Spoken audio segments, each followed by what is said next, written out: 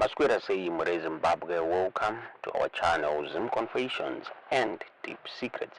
Kana karike kutanka kukuya paneno channel, please don't forget to subscribe. Kana chungwa gara subscriber, don't forget to comment and share this video. Nasi Zimbabwe takwigira nyeno Anorwadza nyeno series nye Mafiro Akaita Mwana wa former Minister of Higher and Tertiary Education Moyo. Mwana wa Jonathan Moyo akaonekwa akafa mu room yake ku the University of Cape Town ku South Africa.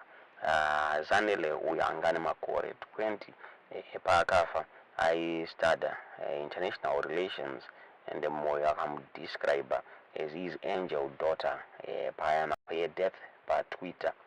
Nyakarwadza vazhinji nyaiseresa Moyo vakainform about this tragic news nema-aids avo pavaita presentation at the National University of Science and Technology kuBulawayo. The then permanent secretary in the Ministry of Higher Education Machinyenyika Mapuranga vakainform participants angari gathered at the presentation about the death ya Zanele Zimbabwe. Nyakarwadza vanhu vazhinji vaMoyo vanga vari on an ongoing consultative process nema-tertiary learning institutions vaifanira kuzoenda kuLupani State University kuGwanda nekuWestgate Industrial Training Center uko vaifanira kuzonoita ma-presentations Zimbabwe. Ndonguva yavakaudzwa the news yekuti mwana wavo akashaika Zimbabwe. Musi wafa mwana wavo Jonathan Moyo vakabuda on his account, on his Twitter account vachiconfirm the news. Vakabuda vachiti, God's people, my angel daughter Zanele is no more. Zanele anga changobva kucelebrate her 28th birthday musi watko August, and anga achiri mu first year of a international relations degree program at the University of Cape Town.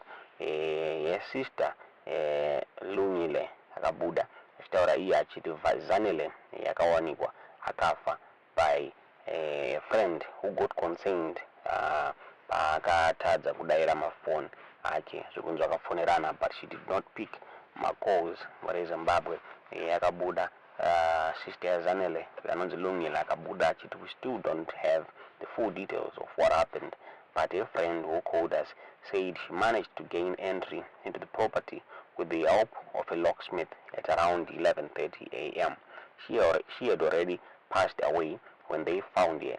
Those were Sharwa na Lungile Zimbabwe. Chinyaya yakarwadza vanhu vazhinji Zimbabwe. Lungile akabuda zvakare achitaura about her sister's battles with depression. Akabuda achiti she was suffering from depression on and off, but I don't know what troubles she was going through right now, if any. Zimbabwe. Zanele angari the second youngest of vana Jonathan Moyo, vanokwana kuita 5 angakazvarwa kuKenya Zimbabwe. Ndofunga ari muno muZimbabwe akaenda kuchikoro kuArundale School akapedzesa his advanced level paHeritage School Zimbabwe. Nyaya yakarwadza vanhu vazhinji. Mwana Jonathan Moyo akashaika achiri mudiki Zimbabwe. According to the police of South Africa, vakataura ivo vachibudisa statement vachiti Zanele she bled to her death Zimbabwe mu bathroom yeapartment yaigara kuSouth Africa. Ndofunga pane mapictures akabuditswa blood ranga rakazara pafloor yebathroom yake Zimbabwe, but the blood rairatidza kuti raitanga from the doorway of the bathroom ichilida mukati metoilet apo pakazowanikwa pane lifeless body yaZanele Zimbabwe. Ari kunzi akaonekwa ari fully clothed, yakapfeka the same outfit yaanga akapfeka the last time yaari kunzi akaonekwa aenda for a dinner date one of her friends Zimbabwe. Zvokunzi police yakaudzwa kunzi angane ma-head injury Zimbabwe, but according to post-mortem hapana kubudichwa kuti angari ma-head injuries. Vangotaura vachiti there was a small depression yanga iri pa-forehead yanga iri covered in blood, inova nyaya yakanetsa muri Zimbabwe kuti chii exactly chakakonzera kuti afe. Nanhasi hapasati pazikanwa kuti chii chakaitika exactly muri Zimbabwe.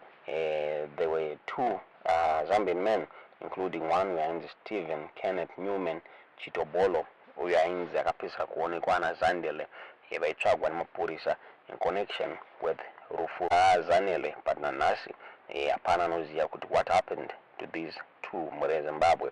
According to the guy waakaenda naye on a dinner date paInzi,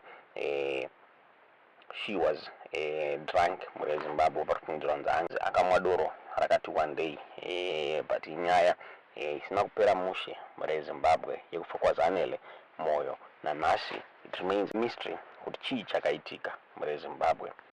Nyaya yakanetsa nyaya yekufa kwaZanele Moyo muri Zimbabwe. The South African police iri kunzi yakarule out foul play mukufa kwaZanele Moyo. Vakataura ivo vachiti she probably died of alcohol poisoning from excessive drinking. Zvakare the South African police ikabuda ichiti she also tried to commit suicide before. Nyaya yakanetsa muri Zimbabwe. According to a source yakabuda ichiti the preliminary autopsy report has been concluded and ruled out any foul play. Her death might have been caused by alcohol poisoning. We are also looking into reports that she tried to commit suicide twice and ended up in rehab last year as a result of alcohol abuse. We are just waiting for the toxicology report. A second source confirmed ikataura iyo ichiti it remains unofficial that some internal organs burst as a result of excessive drinking. Nyaya yakanetsa muri Zimbabwe zvekuti the then vice president vapelekezela mpoko vakakola a 3-member team detectives the Zimbabwe Criminal Investigation Department, the CID homicide squad yakaenda ikanorequesta a second post-mortem muri Zimbabwe. Asi hatina kuziva kuti chii chakabuda mu this post-mortem muri Zimbabwe. Inyaya yakanetsa muri Zimbabwe. Pakabuda nyaya dzakawanda pakufa kwaZanele Moyo. It remains a mystery on Mafiro ake. Zvinonzi paakavigwa akafa asina hati yake, zvinonzi post-mortem yakakangamwa kudzorera hati muri Zimbabwe zvakakonzeresa bude mamwe questions kuti chii chakaitika exactly pana Zanele Moyo muri Zimbabwe. Ndonyaya tatakuigirai muzvara nhasi. Tiudzewo zvamuri kufunga pamusoro penyaya iyi mucomment section.